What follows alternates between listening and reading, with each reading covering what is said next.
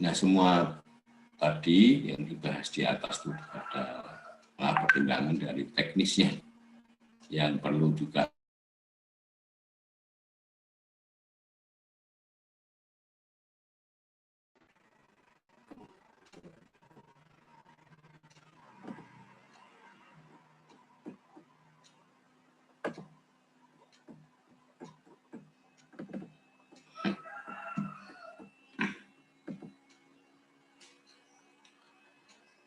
baik untuk pemilihan.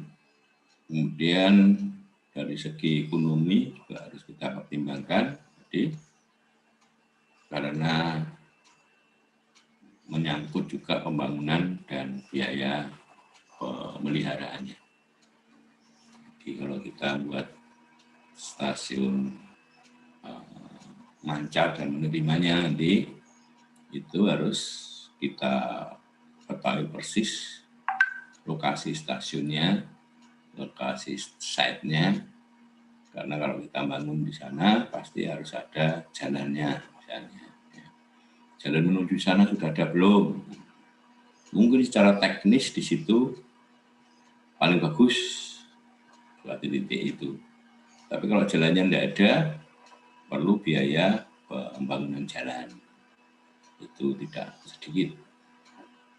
Karena itu mungkin digeser, cari titik yang kira-kira kualitasnya masuk tapi ada jalannya, misalnya seperti itu dari segi teknisnya. Kemudian pemilihan dari segi ekonominya tadi ya, dari teknis plus ekonominya harus masuk di sana. Kemudian pilihan band frekuensi ini dari CR sudah ditentukan, misalnya untuk band 2, 4, 6, 7, 11, dan 13 dan 15 GHz itu bisa dipilih. Kemudian tetapi ada yang perlu dipertimbangkan, 13 dan 15 GHz itu redaman hujannya itu tinggi. Karena itu kalau bisa ya 11 ke bawah itu. 11 ke bawah dulu, kalau sudah penuh tidak bisa lagi baru ke 13 atau 15. Karena 13 dan 15 itu sekali lagi redaman hujannya yang tinggi. Kalau tidak ada hujan, maka sering hujan, kalau redamannya tinggi maka pasti terganggu. Ya. Untuk transmisi sinyal telepon jarak jauh ada 4, 5, 6, 11 GHz. Untuk jarak dekat 2 dan 11. Untuk transmisi sinyal televisi menggunakan 4 dan 11. Itu sudah ada aturannya di situ. Kemudian kapasitas transmisinya itu ada yang kecil 60 sampai 300 dan 600 sampai 960 dan yang besar itu di atas 960.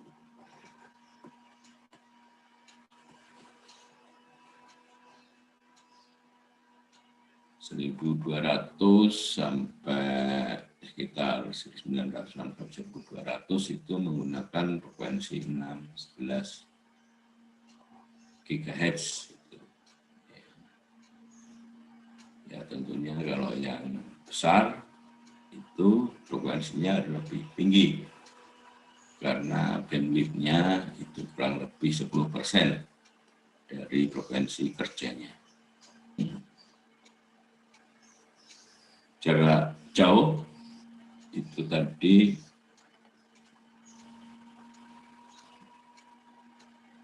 bisa menggunakan 6, 11, 13.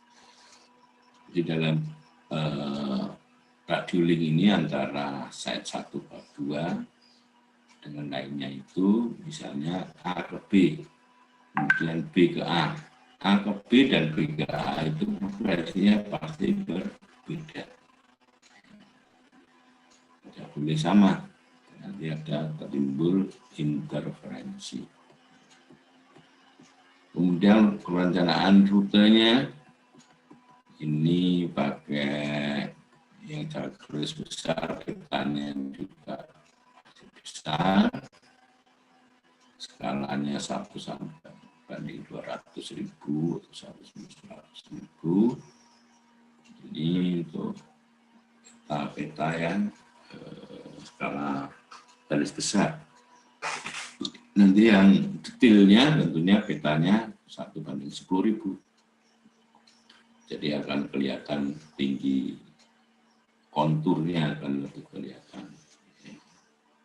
Yang perlu diperhatikan juga lokasi dari stasiun terminalnya di lokasinya.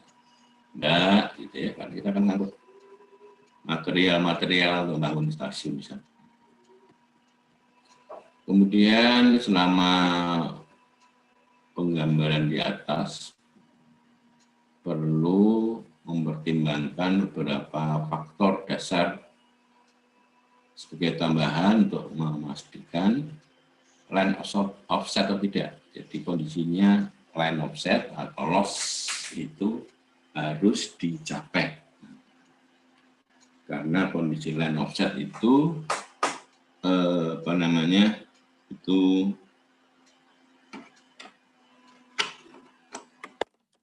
line offset itu nanti mempunyai rekaman yang paling kecil.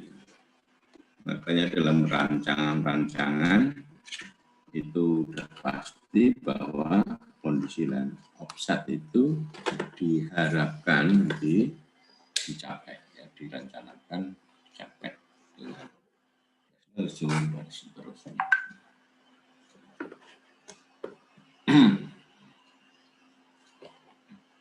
Kita sudah kejar di sana untuk bagaimana supaya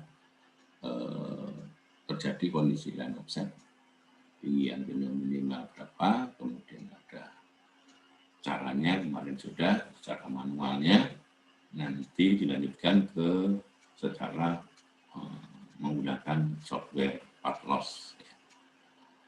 Di gangguan-gangguan yang perlu dipertimbangkan atau diperhatikan, misalnya gangguan dari sistem logistik lain atau radar. Kemudian pencegahan terhadap gangguan satelit stasioner. Sebenarnya yang baru itu harusnya tidak, jangan sampai mengganggu yang sudah ada. Kalau sudah ada stasiun radar misalnya, jangan mengganggu itu. Yang baru ini harus jauh, karena masih saling mengganggu. Kita bisa mengganggu yang radar atau stasiun yang lain, karena juga mengganggu kita.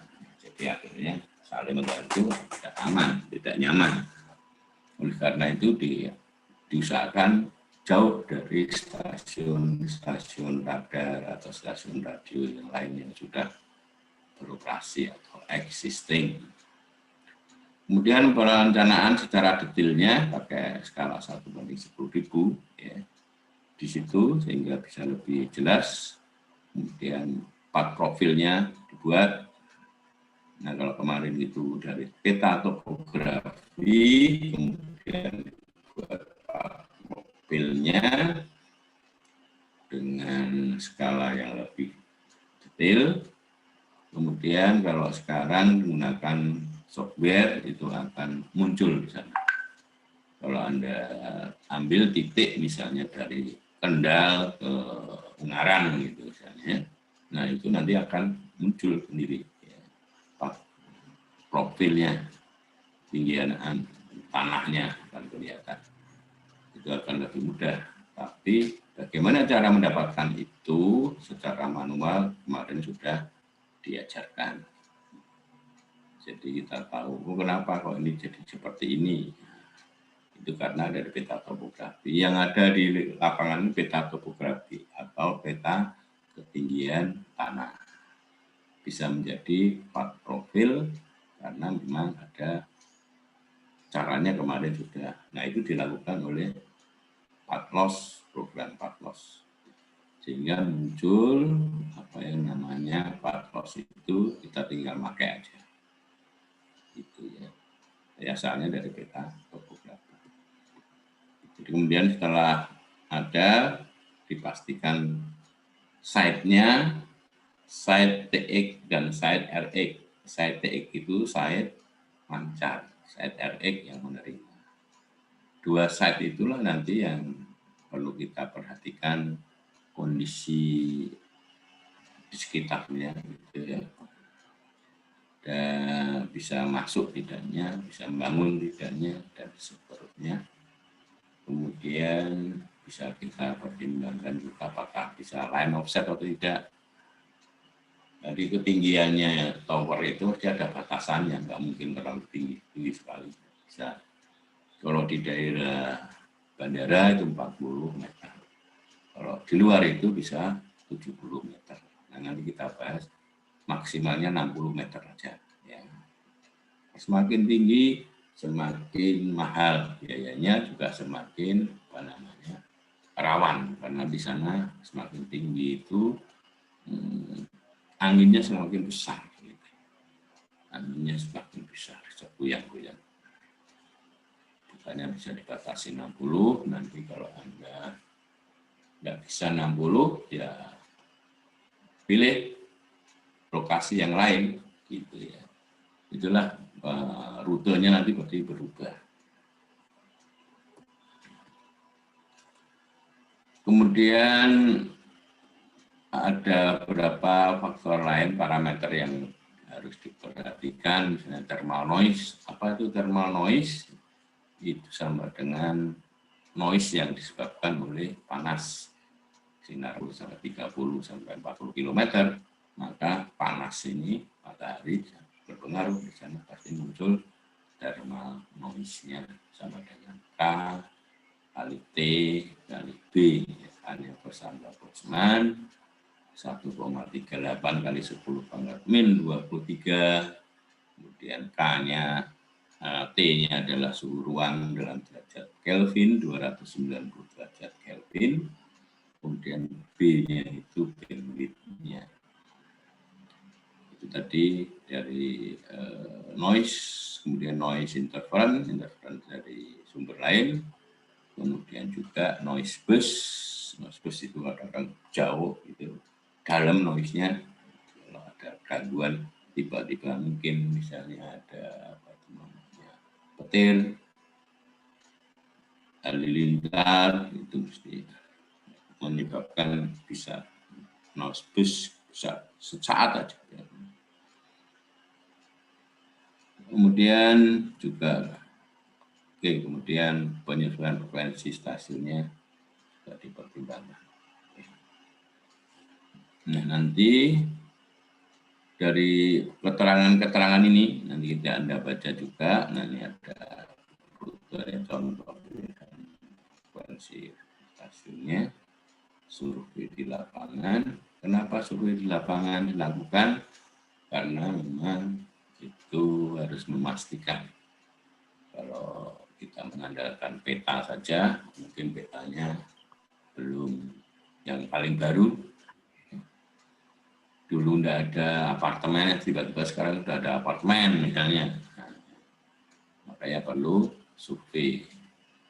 Kemudian tadi masalah kondisi daripada stasiun dan site-nya, di sana apakah bisa dilalui mobil masuk ke sana atau tidak.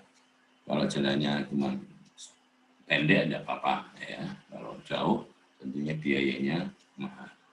Karena itu pilih lain. Makanya perlu survei di situ seperti itu, memastikan. Selanjutnya ini bisa dibaca saya kira. Nah, ini yang perlu saya jelaskan itu tentang tugasnya. Jadi tugasnya nanti ambil 2 titik di Jawa, gitu aja, di Pulau Jawa ya. Di Pulau Jawa ambil satu mahasiswa ngambil 2 site, TX dan RX. Misalnya aja ya, dari Kendal ke Pekalongan misalnya. Ini nanti ada Kendal itu koordinatnya berapa, Pekalongan koordinat berapa, sehingga bisa cari apa namanya, jaraknya juga bisa diketahui karena kita pakai program.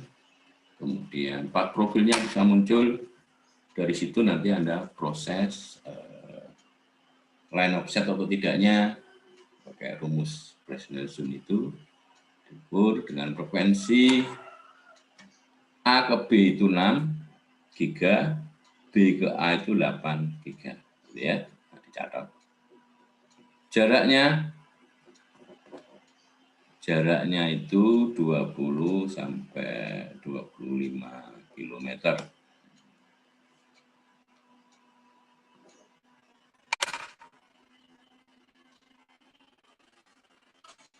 Kira-kira itu. Kemudian ya Anda tentukan tinggi antena minimalnya supaya terjadi line maksimalnya dibatasi 60 meter. Nah, sekarang minimalnya berapa supaya line offset tentunya di bawah 60 ya. Kalau tidak bisa ya pindah gitu ya. Ternyata nabrak bukit, nggak bisa ini, makanya pindah titiknya.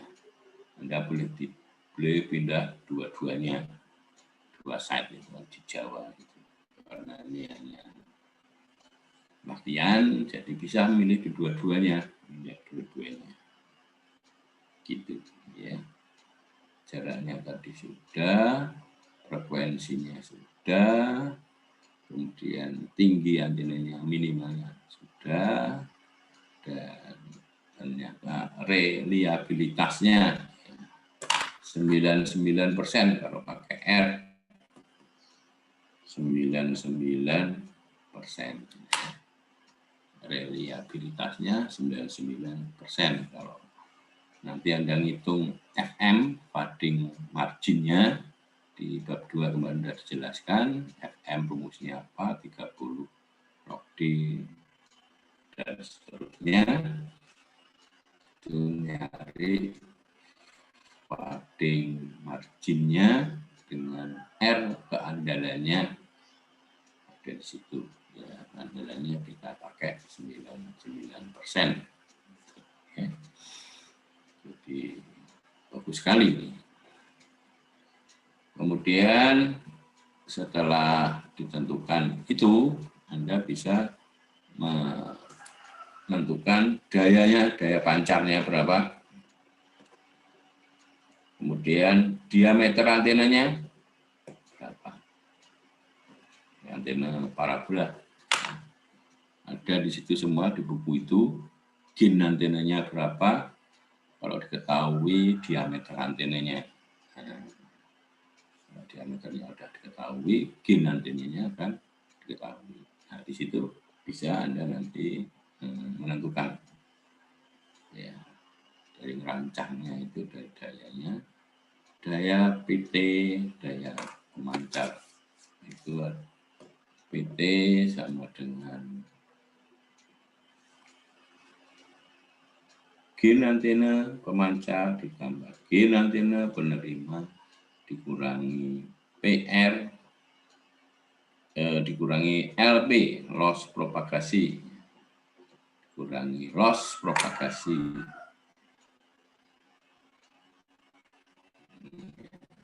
Ya.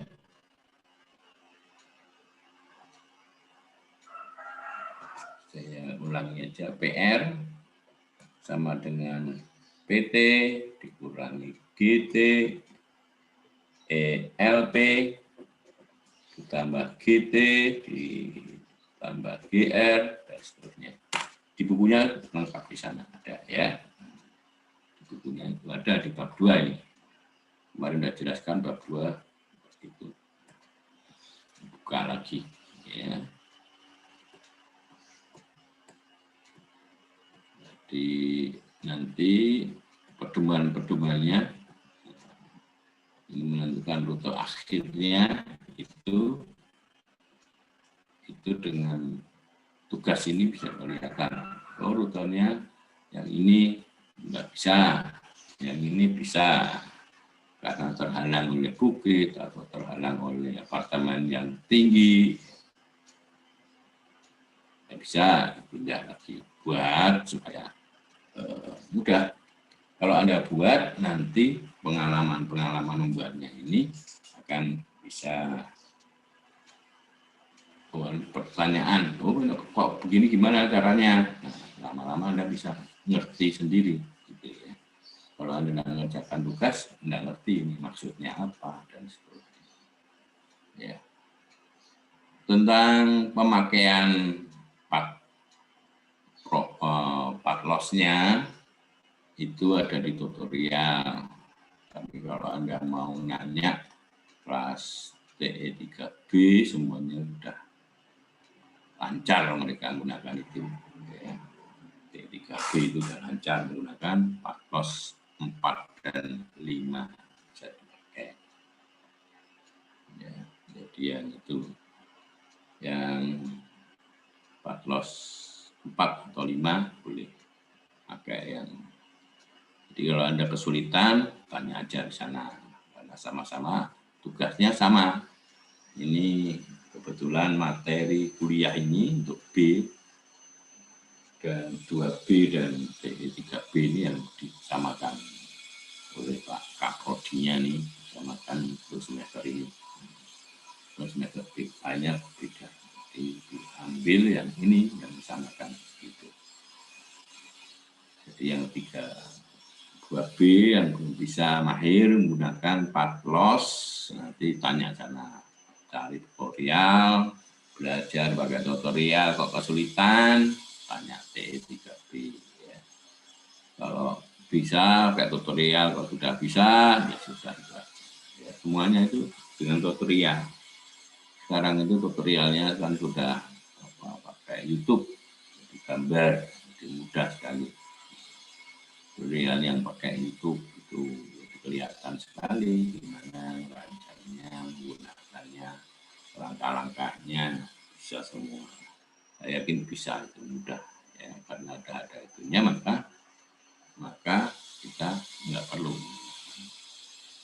Saya serahkan Anda cari mahasiswa, gampang sekarang. Belajar sekarang mudah karena ada Google itu sangat membantu. Ini aturan-aturannya, ada AFC-nya, ada BER-nya. BER itu apa sih? BER itu bit error rate. Kalau misalnya 10 pangkat min 6, itu artinya itu ada satu yang salah. Dan itu selama 0,1% dari setiap bulan. Kalau 0,1% dari setiap bulan, berarti berapa itu? Kalau 1% saja, 30 bagi 100. Jadi 0,1 berarti berapa jam saja, kan gitu ya. 3, nanti berapa jam saja yang boleh BER-nya sekian. Kalau enggak ya bagus terus, enggak ada salahnya. Maksudnya seperti itu. Ya. Oke, aturan-aturannya ada di sini. Kemudian part loss-nya kemarin sudah kita pelajari. Ini sehingga kita bisa menggunakan tadi yang namanya part loss 4 atau 5 untuk merancang 2 site. Jadi nanti di share ya, di apa namanya, di WA ya. Misalnya siapa ini namanya?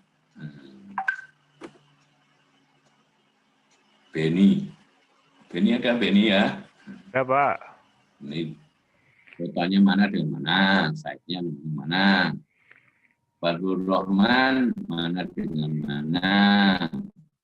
Bagas Prakoso mana dengan mana. Ya. Nah itu perlu waktu lah. Saya beri waktu 3 atau 4 hari untuk membuat ini. Atau minggu depan tidak apa-apa. Ya. depan enggak apa ini dengan ini. Jadi ini tidak hanya 1 minggu, bisa 2 minggu ya, 2 minggu, 1 minggunya lancar dulu terus sampai 2 minggu. Diharapkan nanti sudah selesai gitu ya. Bramantyo ada ya? Bagas Prakoso ada? Ada, Pak. Gusti Pujo ada?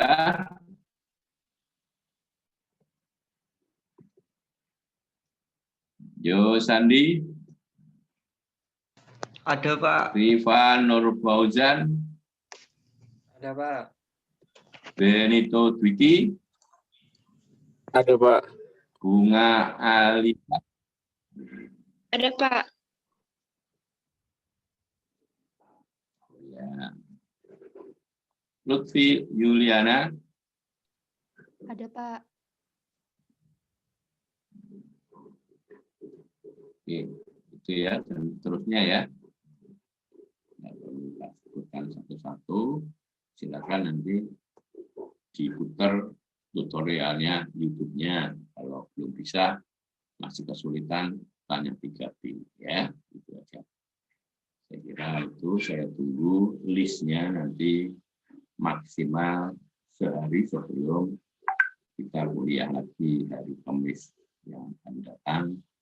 Listnya harus sudah ada di Jumatnya baru kita akan ya.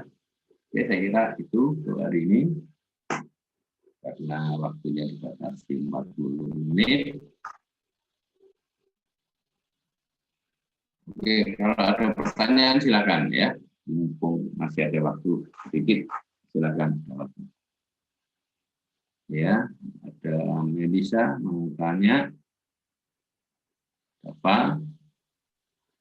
Bisa nggak masuk? Radika, Ada, Pak. silakan mau nanya. Ya, silakan nanya apa?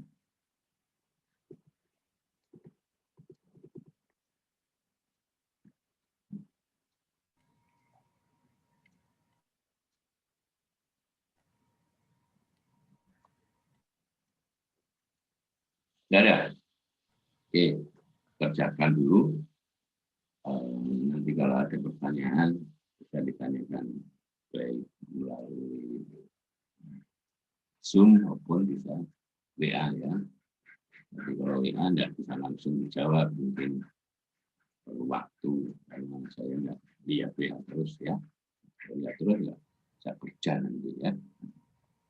Oke, gitu. Saya kira untuk hari ini cukup sekian. Terima kasih atas perhatiannya. Semoga semuanya sehat-sehat, jaga kesehatan pada masa pandemi ini. Dan kampus yang masih lockdown, kita tunggu aja supaya lebih, kalau sudah lebih kondusif dan ditentukan boleh tatap muka, kita bisa kuliah di kampus. Mudah-mudahan pandemi ini segera hilang, kita bisa kembali kuliah normal. Ya, terima kasih atas perhatiannya. Assalamualaikum warahmatullahi wabarakatuh. Waalaikumsalam warahmatullahi wabarakatuh. Terima kasih, Pak. Terima kasih, Pak.